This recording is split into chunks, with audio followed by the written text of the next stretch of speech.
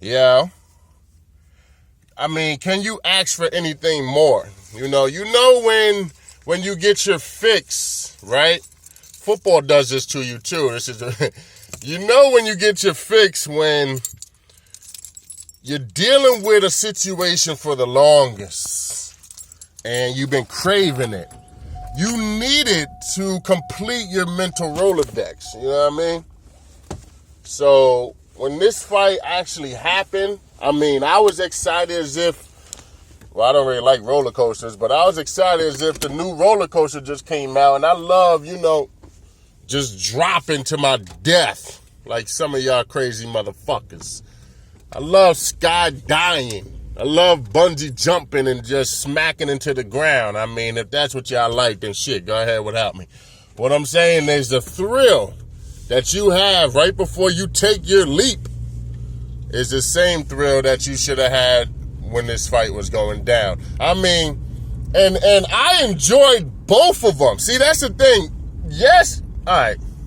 Everybody knows that I got into this boxing realm for one purpose and one purpose only. I've been dancing with football since I've been born. I've been definitely keeping up with my basketball, when Boston won it, when Miami lost to the Mavericks, when Miami ended up coming back to win it. When the Bulls when the Knicks beat the Bulls and then the Knicks lost to Houston in the finals. I mean, when Allen Iverson was the fucking truth and got all the way to the end and beat the Lakers in the first game, there's just some things that will go down in history and you will never forget, never slip up about what really happened.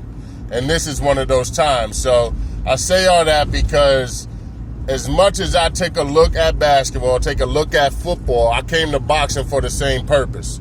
Who's the best in this sport? That's all I want to know. And as soon as I find out who the best is, I'm out. You know what I mean? I found out who the best is, I'm gone.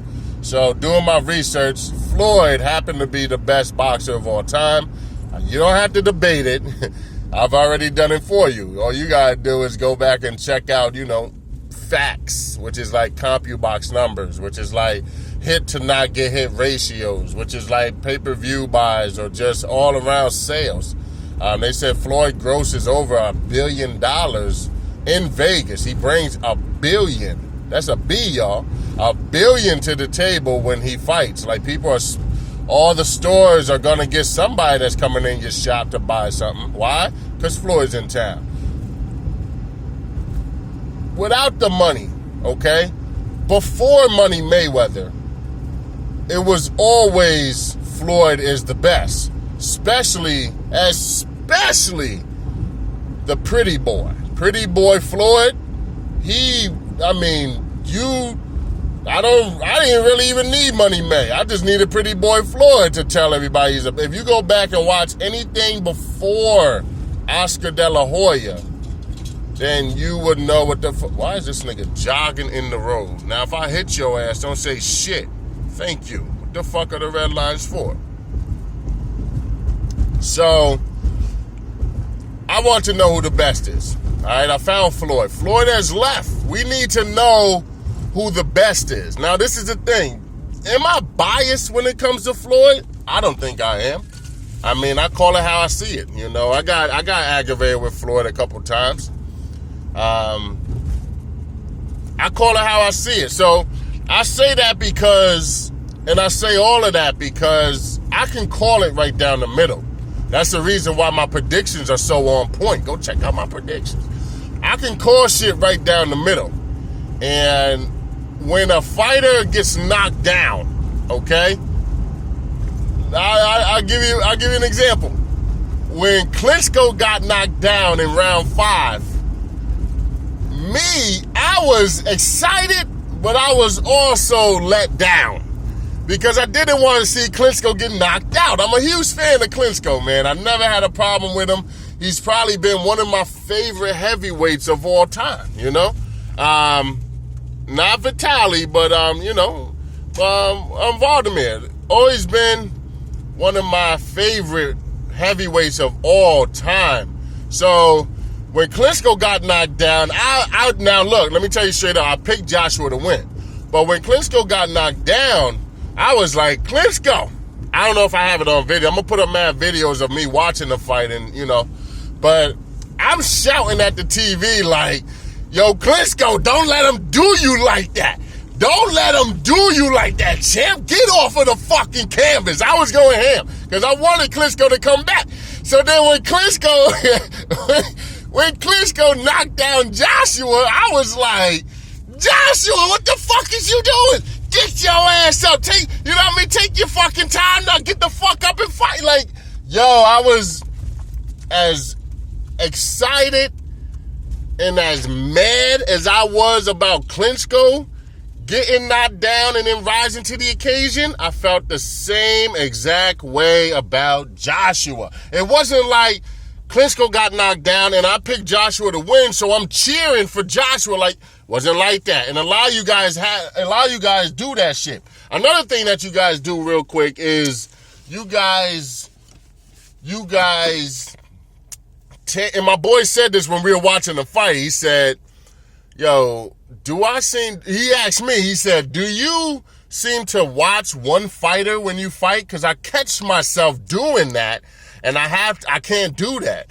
And I said, to be honest, I really only did it with Floyd. Floyd I would watch to the death. But when I went back and watched the replays, I would watch what the other person had in store, which wasn't much. You know what I mean? I sat the whole fight watching Gotti and Floyd. I was watching Gotti the whole time, the first time.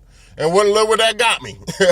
You know what I mean? So, no, you can't watch one fighter. And if you do watch one fighter, it could show signs of being biased.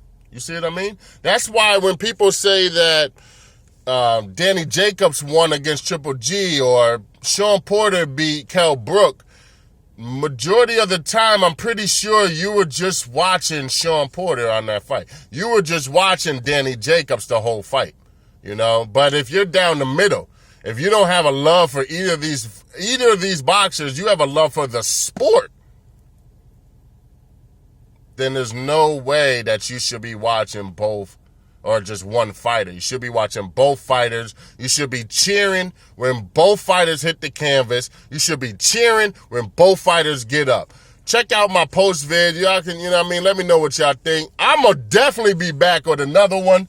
I can't stop talking. I can't stop thinking. I'm still exhausted from this fight. When the fight was over and I went in the back to put something in the air where we did our post-fight, and, you got to blaze something afterward. But when I was all said and done, when everything was over, I felt like I just ran a marathon, and that's what you should feel like.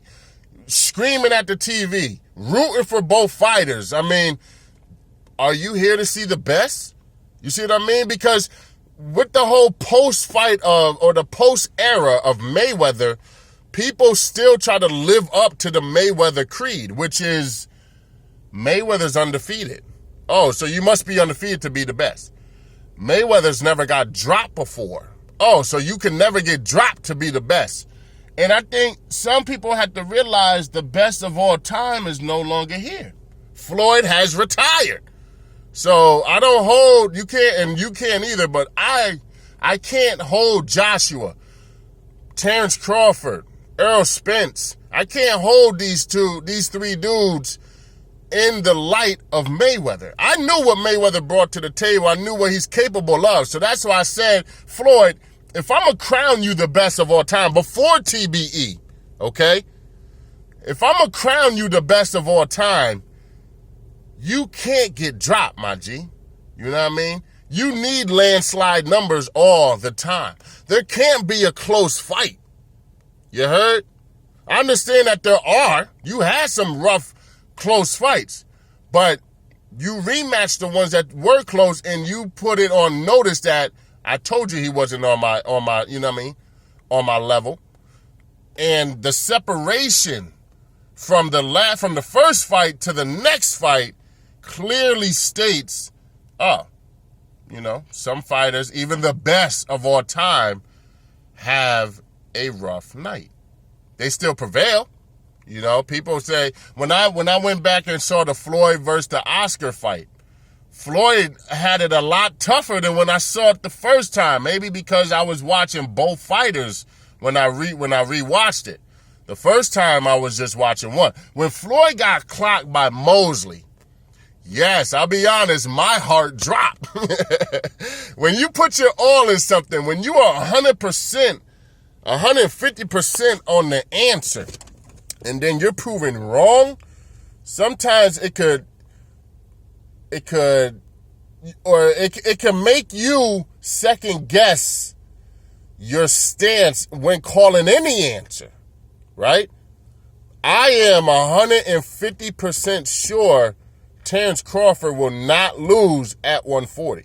I was 1,000% sure that Floyd won't lose, period. I don't care who he faces. He will never lose.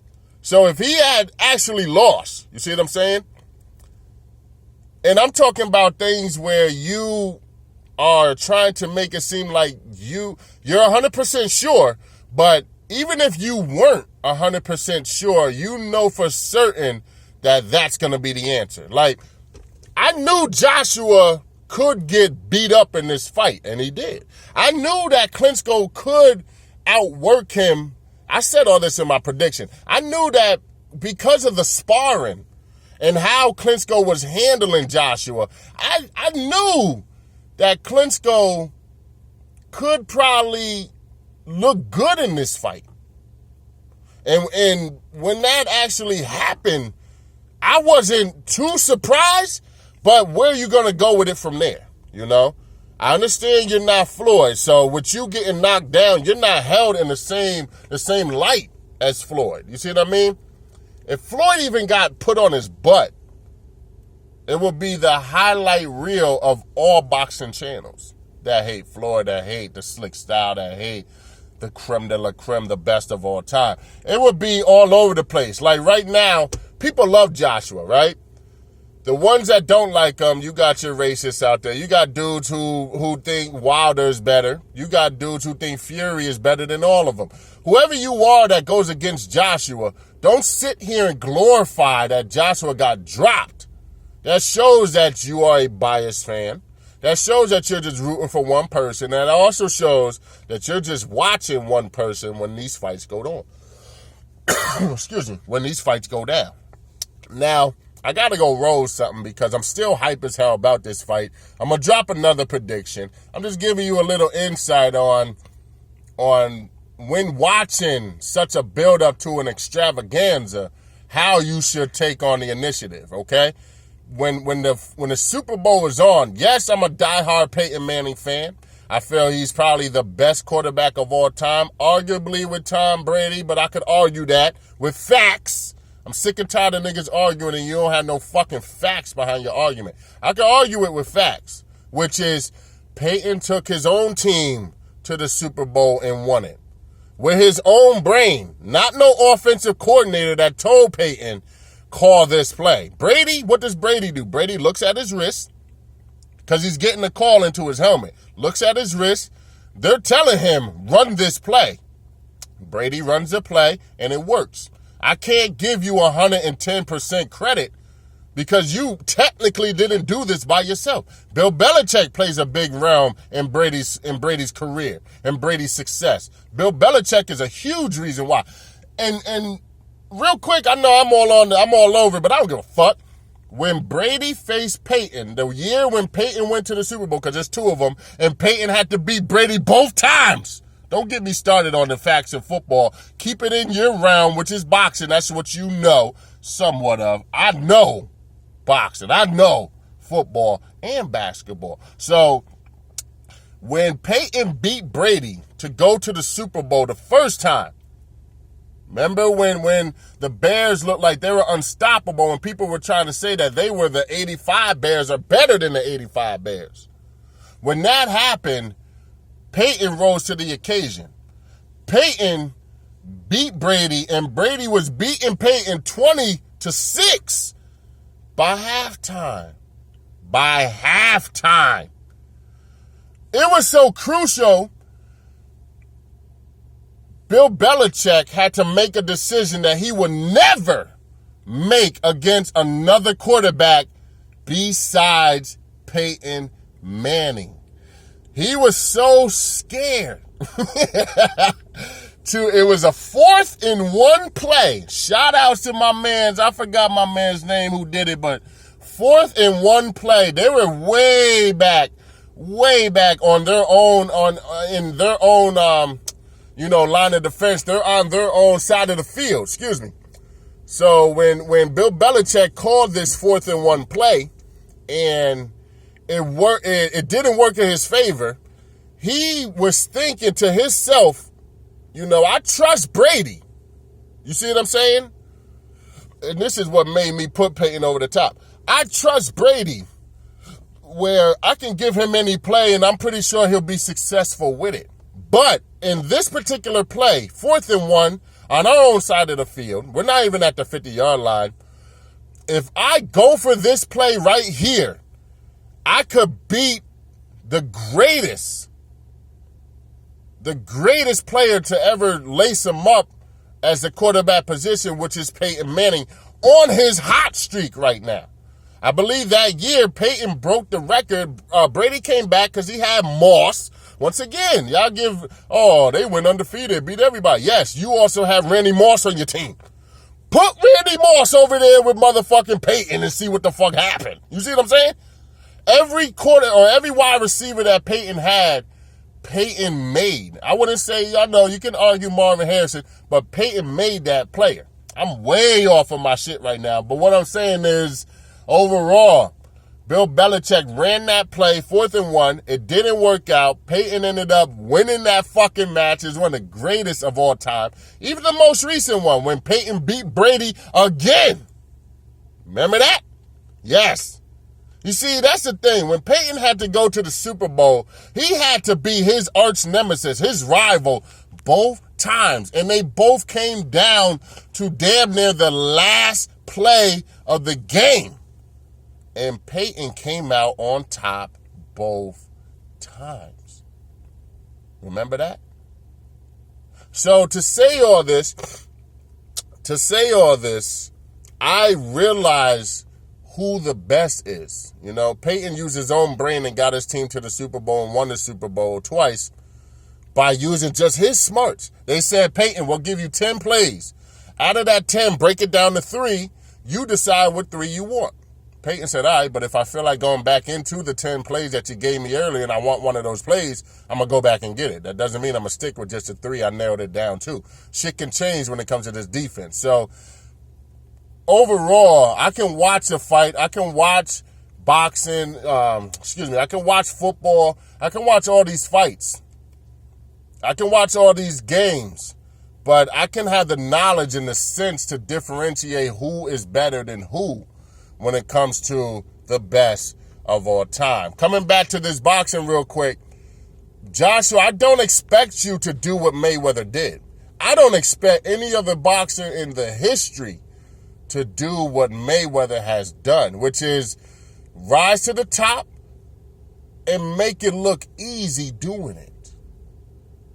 I don't really care who you guys say Floyd ducked.